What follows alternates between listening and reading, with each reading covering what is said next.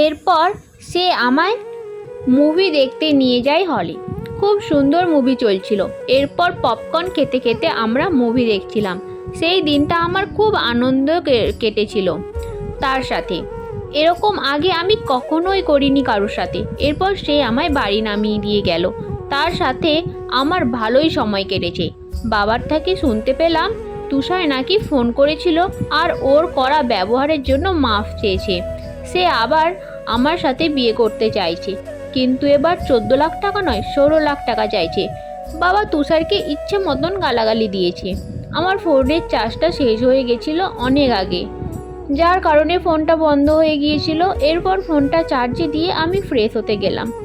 এরপর ফোনটা অন করে দেখি তুষার আমাকে অনেক SMS করেছে। সে আমায় মেসেজে ক্ষমা চেয়েছে, প্লাস বলেছে আমার সাথে তোমার বিয়ে ঠিক, তুমি কেন অন্য ছেলের সাথে ঘুরছো। আর সে যেসব বাজে মুখের ভাষা দিয়েছিল সেগুলো ডিলিট করে দিয়েছে। ওকে কি আর কিছু বলা উচিত, কিন্তু আমার রুচিতে বাঁধলো। এরকম ছেলের সাথে আমি কথা বলতে চাই না। আমি কোনো রিপ্লাই করিনি, ব্লক করে দিলাম। রায়ান আমায় অনেকগুলি ফটো পাঠিয়েছে। ও আজকের আমার সাথে ঘুরেছে সেই ফটোগুলি আমি আমার ফোনে সেভ করে রাখলাম।